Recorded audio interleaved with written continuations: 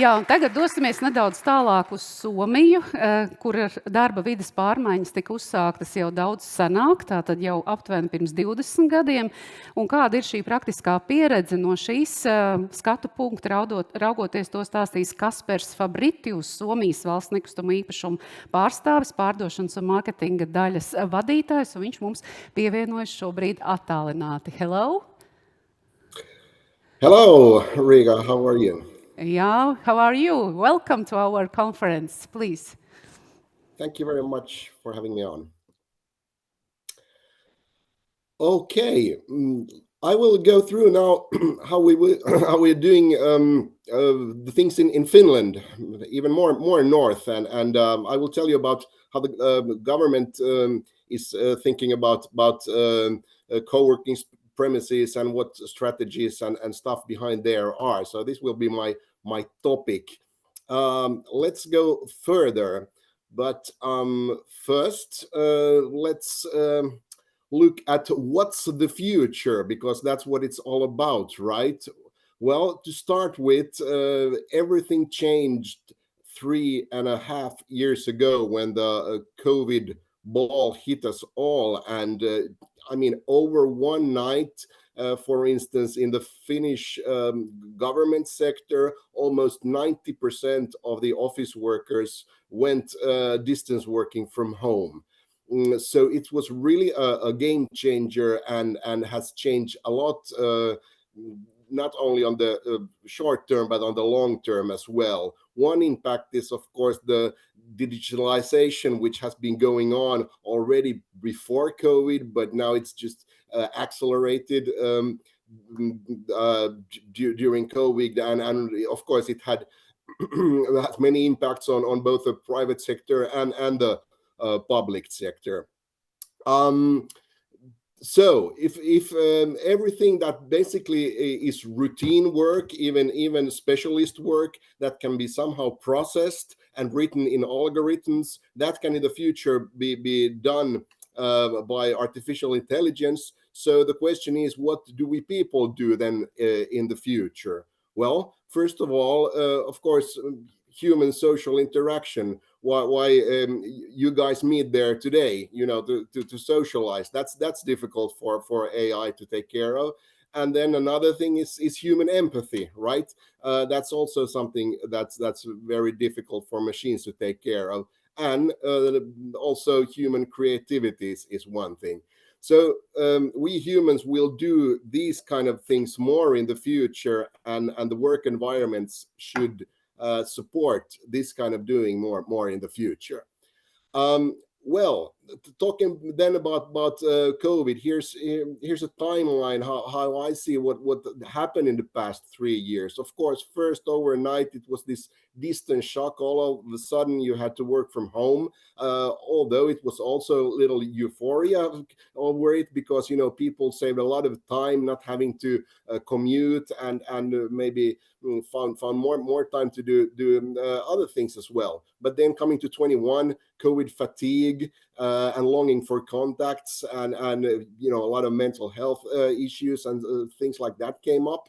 And then let's say 2022, you could see already a big shift in the values, you know, the work-life balance issues and the needing for a bigger purpose, both in work life and in life around. And then what we're seeing now is a kind of restructuring going on. Some big corporations are pulling people back to the offices. They though see also, you know, good specialists leaving the companies thereof. So it's kind of a winners and losers dividing thing now, and it will be interesting to see what it leads to. Well, then going to the Finnish government specifically, how did COVID affect the government employees? Well, I told you that almost 90% of the people went distance working, that were doing office work in 2020. Then by 2022, it has dropped a little bit. And then when we asked all the government agency what their prediction of the future is, the drop is not very much, especially when you compare to the estimate before COVID. So this is the picture, and then of course one thing we went and did a questionnaire the first year of the pandemic, 2020, and the end of the year we asked that, okay, how is work going, and this is what our clients said.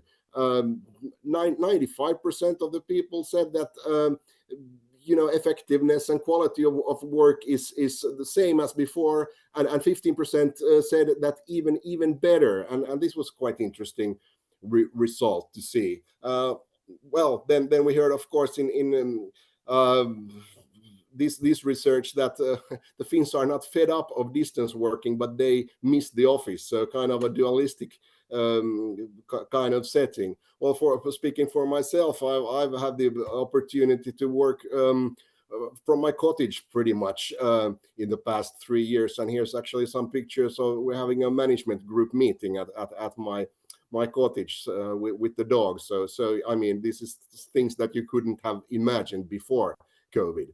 Well, looking then more specific on the future and how the Finnish government will work and what the percentage of work from home is. This is a study we did this year, and here's plotted on this map all the government agencies in Finland. With black figures is the percentage of the full-time equivalent working from distance, and then the arrow shows what they think it will be in the future. So here we can see that quite many are here in on the right hand side, 70-80% of the work being done from home. And if you compare that to the days of the week, that's 4 days a week working from home, and that's pretty much 1 day at the office per week on average. So what we will need to do then to somehow get people to meet and come back to the offices, we need to make them real experiences and make them fun and places that people want to come to. So we're in this kind of experience economy setting now. We can't just rent out square meters anymore. Well, going forward, what we looked also on the utilization rates last fall, a study in the whole public sector. The utilization rate was approximately 20%. Now it's gone a little up to approximately 25, between 20 and 30, but it's still a day and a half per week. And here's just another example from Helsinki metropolitan area, where the utilization rate was 16% in the study made there. And what that really means that the actual persons that are on site, they use 89 square meters per person, and that's of course not sustainable. So the question is what to do. Obviously, I mean, from the carbon footprint, real estate is 40%, so it has a great impact on climate change and the planet. So that's why something needs to be done.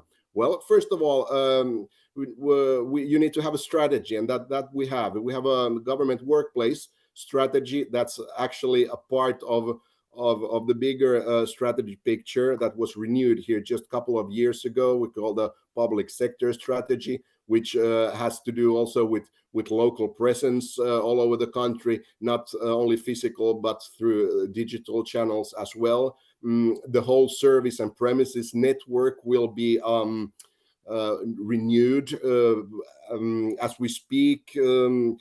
Agencies have approximately 600 service points around the country now. Everybody has their own, but in the future we will have only 90 common service points for the government agency.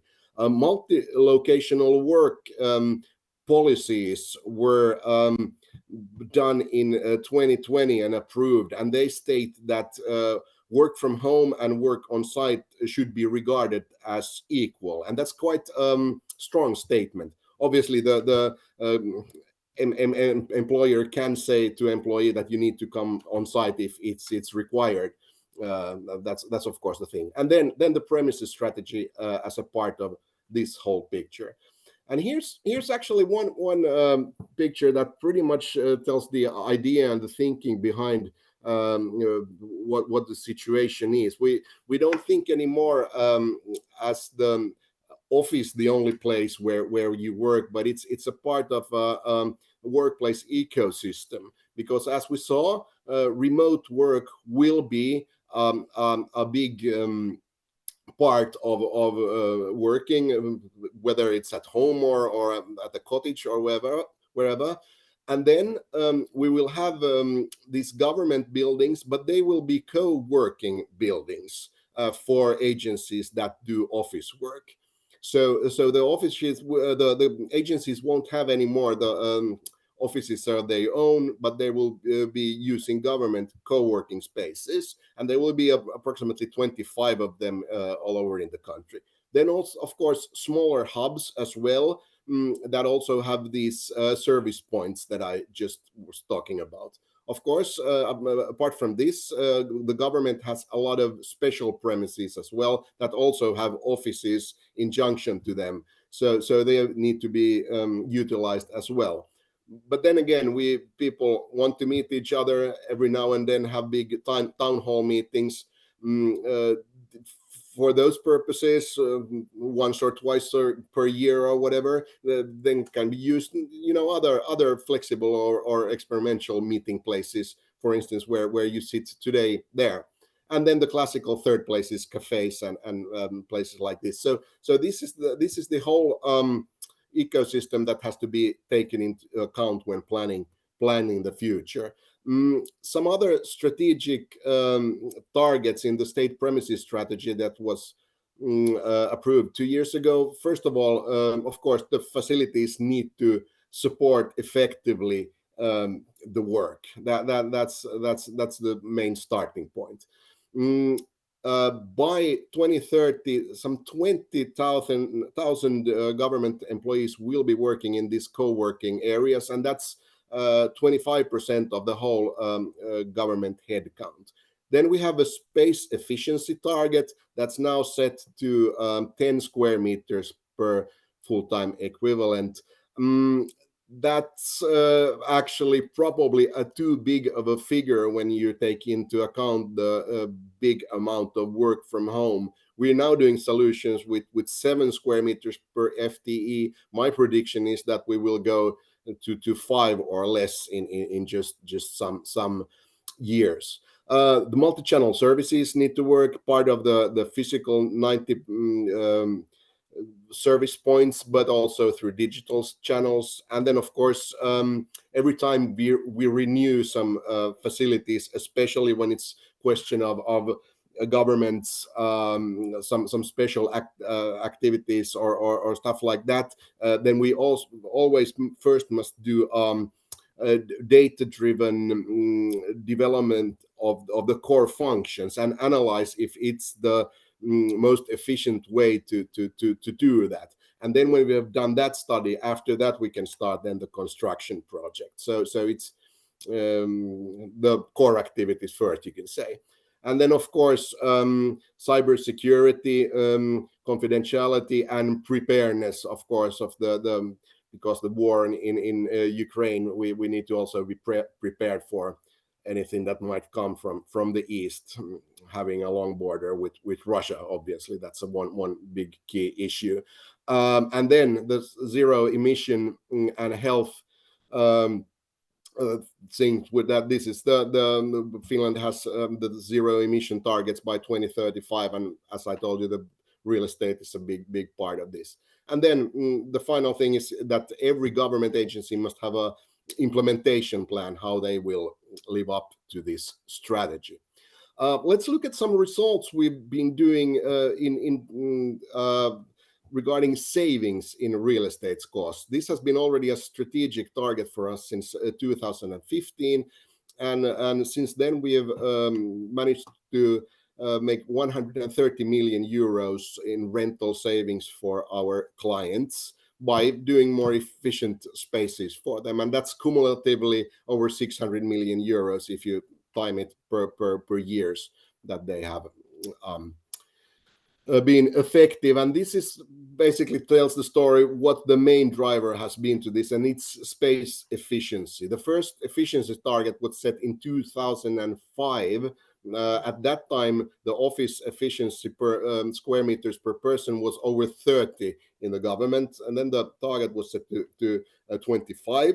Then in 2015, a new target was set to 17 square meters, and now you saw the new target is 10 square meters, and we believe it's just a matter of years when we will reach that target.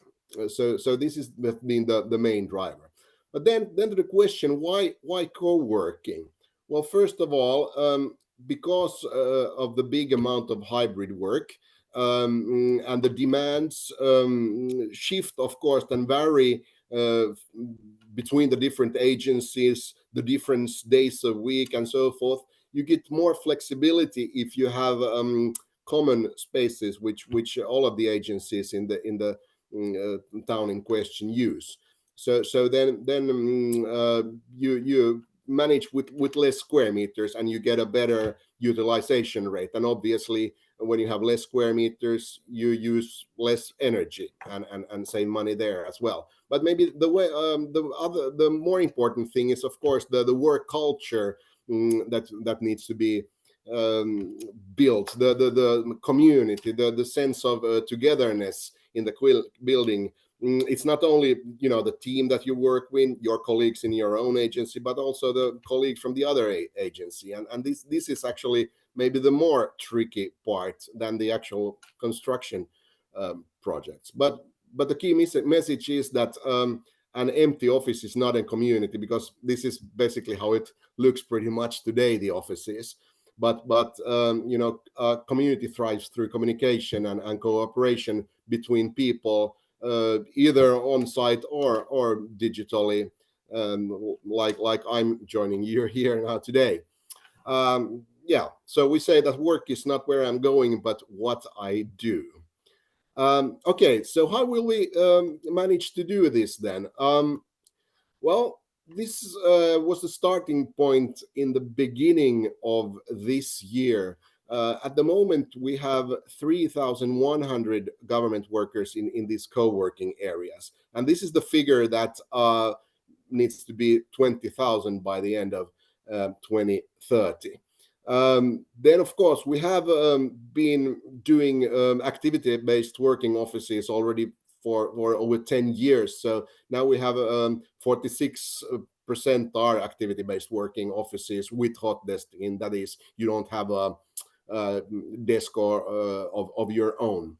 And then over 50% is then activity-based working offices with some dedicated desks. And so this is then over 50% of the total office workers head count. And then, of course, taking into account the work from home, which then is 25,000 was in the beginning of the year, and during the pandemic it was 38,600. So there you see the decrease, but it's still a major impact. So here is the target. We will build a network of 25 shared working environments all over the country in the biggest cities. These are the big areas. Then the small dots here are the smaller hubs, and gradually we will have this network ready. This year, two sites in Eastern Finland have opened their doors, and what the customers say so far is very, very positive feedback from those. And of course, to be able to do a network like this, you need to have a concept, and we have made a concept for this that's basically based on different zones. We have the public zones, semi-public zones, meeting places, staff spaces, and then the actual working zones, which also then have different zones. For instance, zone for handling confidential information and stuff like that. That's important in the public sector, as you probably know. So this is how we will then how they're implemented. And another way to tell the story is an example of 3D animated what for instance the floor with meeting rooms and work cafes and ad hoc meeting places and project rooms could look like. Then the service network I was talking about, it will look like this. So this is 90 service points in the country, going down from 600 now. So it's a quite drastic downsizing, but still this is built, this network, with the specifications that every citizen who lives in the country should be able to reach the service point within 1 hour drive from his or her home. And this is the specification that the Ministry of Finance has written, and with this plan it's met to 99.77%. So of course, this, you can understand, it's politically very sensitive stuff, but this how you build and where in which cities and where you put the service point. But when this is done based on data and based on the actual need, then it's easier to go forward. Some examples. Here's one example. We opened the Joensuu co-working area in February this year. So it's actually 10 different agencies with 577 employees and one service point that now have been working together there now over half a year. Yeah, like I told you, the customers are happy, and they have found new contacts, and of course one driver for this is that maybe the use of resources cross organizational boundaries should increase overall efficiency as well. So and that's going to the challenges how do we do this? I mean, this is not an easy exercise. We've been doing activity-based working offices for over 10 years, and this co-working exercise, we had the first sites open also already 10 years ago. So this is a big change management exercise. I mean, to build up the network, that's the easy part, you could say. But to change the thinking of the people, what's behind their ears, that's a tricky part, and that needs a lot of course, top management needs to be 100% for this, but also then all the employees, we need to have workshops, and it's all about communication. And basically telling what you get from it yourself. Okay, you need to give up your own office room, your own office desk, and even your own organization's office. But what do you get instead? You get a better, high quality office, because you have more resources when there's more people sharing it. So these are things. And I'm telling the same story here, that we've been doing this, you could say, for 25 years. We started off by implementing the internal rental system in 1995, and kind of need-based solutions. And in 2005, the first government facility strategy was done, and there basically this process-based workplace design was the key element there, and it led pretty much to combi offices, both cell but also open plan offices. Then in the 2010s, the idea of activity-based offices came strongly on the agenda, and the first co-working hub we had in 2013. And now in the 2020s, the new strategy is based on this workplace ecosystem thinking, where these co-working spaces are one part of the ecosystem. And of course, here's some of the benefits for this thing. Of course, the economical, they're huge, less square meters, less costs. But it's question of joint use of resources, and more efficient public sector. The benefits of sharing economy, lesser real estate maintenance costs, and of course then we sell off for 100 million euros per year buildings that we don't need, so it brings income to the government. And then of course the social impact. I believe that when you're working together, it creates a more holistic public sector, and kind of a solution-based cooperation between agencies, and increases the attractiveness for the government as an employer, and it enables the multi-locational work and work from anywhere, and also creates a nationwide network. And of course then the sustainability aspects, less carbon footprint, local presence, less commuting, and higher quality premises.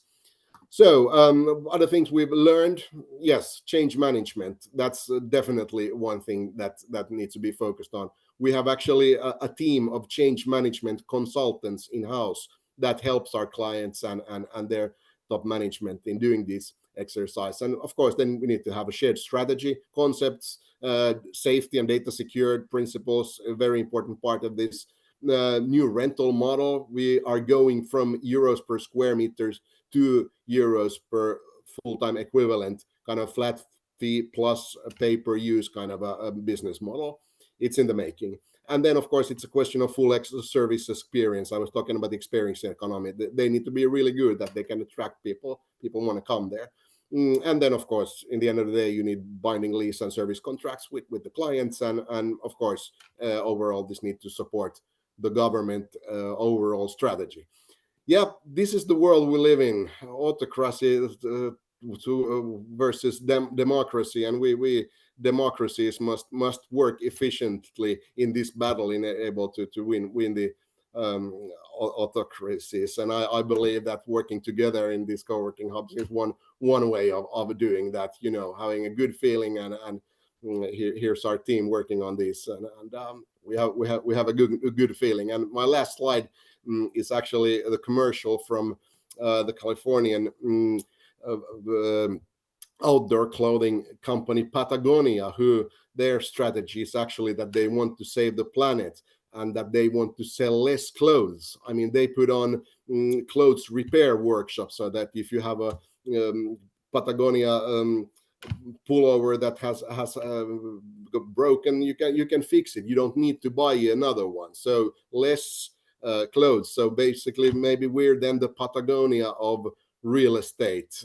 We want to rent out less square meters to our clients because we don't think they need them, and it's a way to save the planet as well. Thank you very much.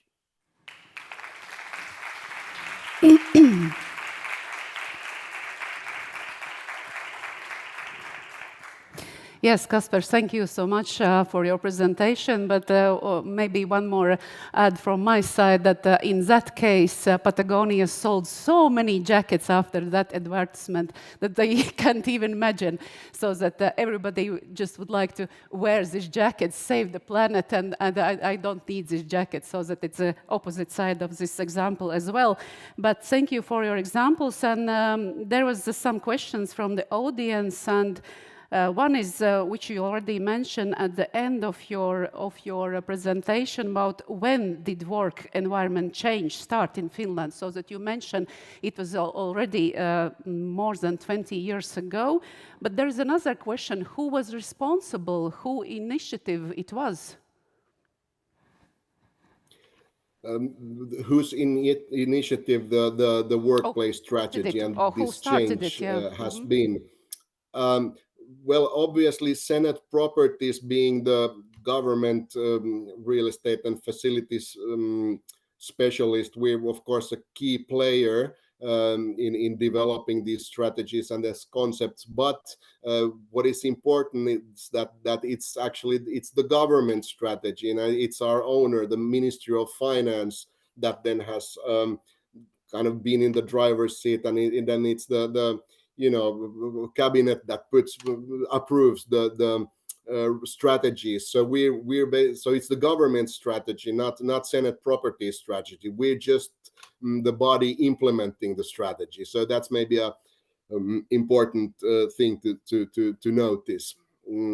So it's, of course, when it's a government strategy, it's binding for all the agencies to go according to this. Okay, and then we But yes, it's been a long journey. Okay, thank you. And then we talked about a lot today about how many people could work in one space, and a new space, which is specially made for governmental institutions, so that so many addresses just suddenly shows up as a one, yeah? So that there is a question also from audience, how many employees work in Senaatti? In Senaatti, the whole group, which is actually consists of two companies, it's the defense properties and then the rest of the group, Senate properties. We're 1,270 employees overall, but one has to take into account that on the defense property side, there's hundreds of blue collar workers still on the payroll there. The head office Senate properties doing, for instance, these offices, we're around 500 people. Okay, and then you also mentioned about these changes, of course, in the workplaces and efficiency. And knowing that workplace changes, these adjustments required significant investments. But approximately when did in Finland you start to see the economical benefit from these changes? Well, we see, talking about real estate costs, obviously it was already in 2015 set up as a key performance indicator for us in our strategy that we need to generate savings for our clients.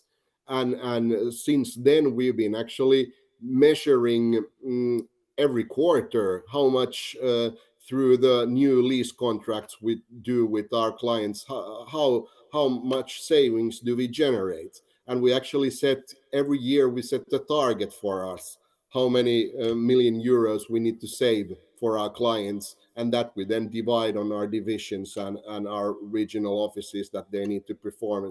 So basically it's very strategically led target, this generating savings, and we've been doing it now since 2015.